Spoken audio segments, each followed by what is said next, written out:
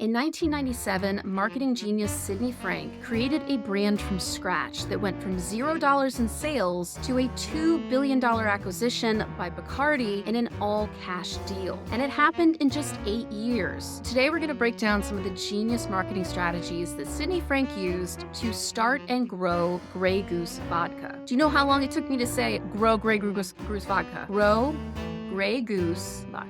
I did it. I'm Jennifer Clinehens, and this is Choice Hacking. Now, you may not know Sidney Frank's name, but you've definitely heard of his products, brands like Jägermeister and Corazon Tequila. He was born in 1919, and he grew up a poor farmer's kid in Connecticut. Frank managed to squeeze his way into Brown University, but he had to drop out when he couldn't afford to pay tuition. But Frank married a rich woman whose father owned a liquor company, and he set about to learn the tools of the trade. Now, Sidney eventually left the family business to start his own liquor company and make his mark. He wasn't an overnight success. In fact, he nearly went bankrupt several times over. Eventually, he hit pay dirt when he noticed that German immigrants in New York were drinking a strongly flavored liqueur called Jägermeister, which up until that point was a little-known after-dinner drink. Now, I will make an entirely separate video about how Jägermeister became a huge success because it is a fascinating story. But for now, all you have to know is that through a series of coincidences, good luck, and really good marketing,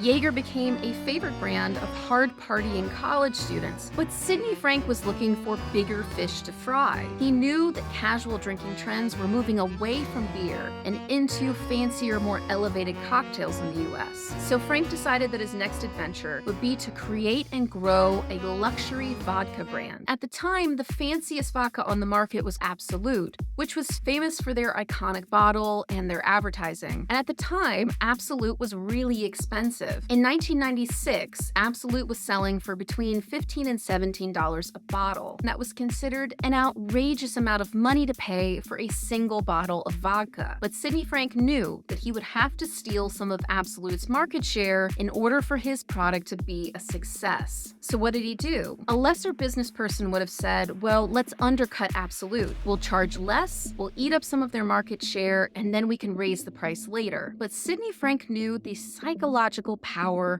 price. So he decided to just sidestep all of his competition and charge $30 a bottle for his vodka. Now, Frank knew that you just can't randomly gouge people and expect them to pay more for something.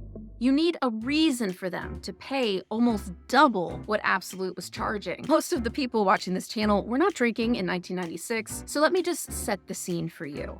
If you're somebody who's interested in drinking vodka, let's say you're on a first date, you get to the bar and you look at your options. Most of the brands are Russian and they're a little rough around the edges. If you're looking for something to impress your date with how sophisticated and suave you are, you're probably not going to look at the vodka shelf. Sidney Frank knew that if he wanted to charge $30 a bottle and get that customer who was looking for something luxurious and pricey to tell the world that they could afford a $30 bottle of vodka, he would need a story that was interesting, that was different from the other brands, and that screamed luxury and sophistication. So he gathered his team at his corporate headquarters in New Rochelle, and he told them to go to the country most known for their luxurious, sophisticated culture. That's right, he sent them to France, a country which at the time didn't even have a vodka distillery, which made sense because vodka was made in Russia. So instead, Frank and his team met with cognac distillers who were experiencing a slowdown in their business. The distillers needed something different to distill, so they happily switched the stills over from cognac to vodka. Now Sidney Frank had a product, he had a price, and he had a name, Grey Goose. Frank crafted this compelling story about luxury and sophistication and exclusivity for Grey Goose. Pretty impressive considering most vodka just tastes like other vodka. But Grey Goose used water from French springs, filtered through champagne limestone. It had a big, beautifully designed, distinct bottle that really stood out, and it wasn't shipped in cardboard like most vodkas were to bartenders around the country. Instead, Sidney Frank packaged Grey Goose in wooden crates, just like the finest bottles of wine. And don't forget the psychological power of price. It was really expensive compared to any other vodka on the market, so obviously it must be the best.